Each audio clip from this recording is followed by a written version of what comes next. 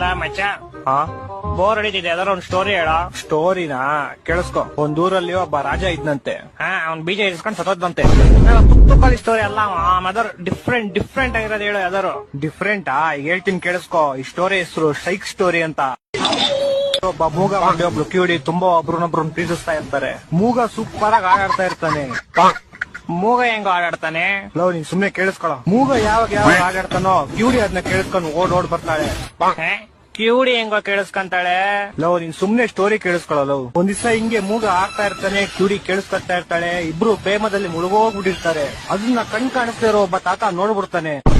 ನೋಡಿ ಓಡೋಗಿ ಹುಡ್ಗಿಯವ್ರ ಅಪ್ಪಂಗ್ ವಿಷಯ ಹೇಳ್ತಾನೆ. ಪಾಪ ಆಕ್ಸಿಡೆಂಟ್ ಇಂದ 2 ಕಾಲು ಕಳ್ಕೊಂಡಿರೋ ಹುಡ್ಗಿಯವರಪ್ಪ ವೀಲ್ ಚೇರ್ ಇಂದ ಎದ್ದು ಸೈಕಲ್ ತಗೊಂಡು ಗಾಡಿ ಕಿಕ್ ಹೊಡ್ದು ಕುದುರೆ ಮೇಲೆ ಟುಡುಕ್ ಅಂತ ಅವ್ರಿರೋ ಪ್ಲೇಸ್ ಬರ್ತಾನೆ. ಅವ್ರಿಬ್ರು ಒಟ್ಟಿಗೆ ಇರೋದ್ ನೋಡಿ ಕೋಪದಿಂದ ಚಾಕು ತೆಗೆದು ಡಿಶ್ನಾ ಅಂತ ಶೂಟ್ ಮಾಡ್ತಾನೆ. ಆಗ ಬಿಲ್ಲು